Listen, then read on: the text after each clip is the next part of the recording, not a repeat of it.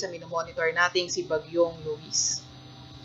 Kanina ngang alas 5:30 ng hapon ay naglandfall na nga itong si Bagyong Luis sa lugar ng Maconacon sa may Isabela. At as of 7 p.m., ito nga ay nasa vicinity pa rin ng Maconacon, Isabela. Nagtataglay ng lakas na hangin na 45 km per hour malapit sa sentro at bugso na abot sa 60 km per hour. Kumikilos sa direksyong west-northwest sa bilis na 20 km per hour. Maliban nga dito kay Bagyong Luis, meron pa tayo isang minomonitor na bagyo.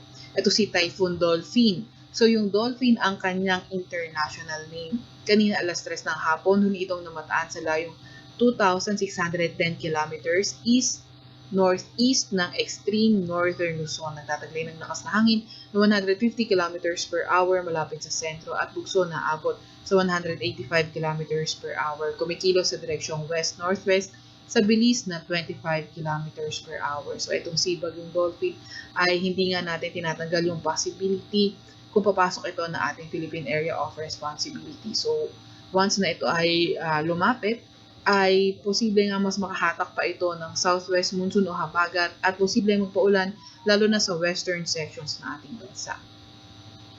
Ito naman yung track forecast natin para kay Bagyong Luis. So, nakikita natin na posible itong kumilos sa direksyong east-northeast. And then, posible mapanatili nga rin ito yung kanyang tropical depression category. At pagdating ng August 4, by tomorrow, ay posibleng humina ito at mag-iisang low pressure area na lamang. Gayunpaman, uncertain pa rin naman itong kanyang track. At hindi natin nirule out na posibleng maging low pressure pa rin itong si Bagyong Luis in the next 12 hours. Kaya patuloy pa rin tayo mag-antabay sa mga ilalabas na update ng Pag-asa. Dahil pa rin kay Bagyong Luis, nakataas ang signal number 1 sa may central at eastern portion ng Cagayan, Isabela, eastern at southern portions ng Apayao, eastern portion ng Kalinga, eastern portion ng Mountain Province, at eastern portion rin ng Ifugao. So, ang tinutukoy nga natin sa signal ay tropical cyclone wind signal. So, ito yung lakas ng hangin. At ito namang areas na to, walang signal, pero posible yung mga bugso ng mga malalakas na hangin. Yan ay dahil sa southwest monsoon at periphery nitong si Luis. Ngayon at bukas, sa malaking bahagi ng Luzon at Visayas, Zamboanga del Norte, Lanao del Norte, Misamis Occidental, Camiguin, Surigao del Norte, Dinagat Island, Sarangani, Davao Occidental at Davao Oriental. And on Wednesday, sa malaking bahagi ng ating bansa.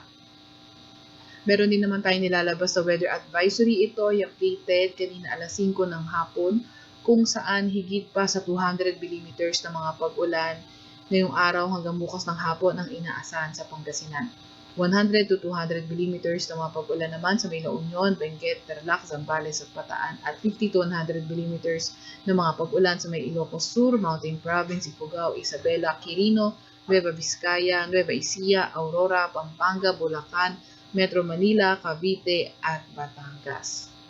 Bukas naman ng hapon hanggang Wednesday ng hapon, 100 to 200 mm na mga pag-ulan posible sa may La Union, Benguet, Pangasinan, Tarlac, Zambales, Bataan at Occidental Mindoro. Samantalang 50 to 100 mm na mga pag-ulan posible sa Ilocos Sur, Nueva Vizcaya, Nueva Ecija, Aurora, Pampanga, Bulacan, Rizal, Metro Manila, Cavite, Laguna, Batangas at Antique.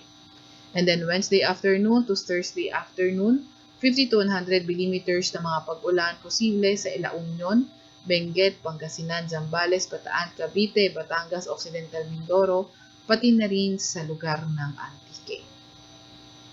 Wala pa rin tayong gale warning sa kahit na anong dagat baybay na ating bansa. At yan nga muna pinakahuli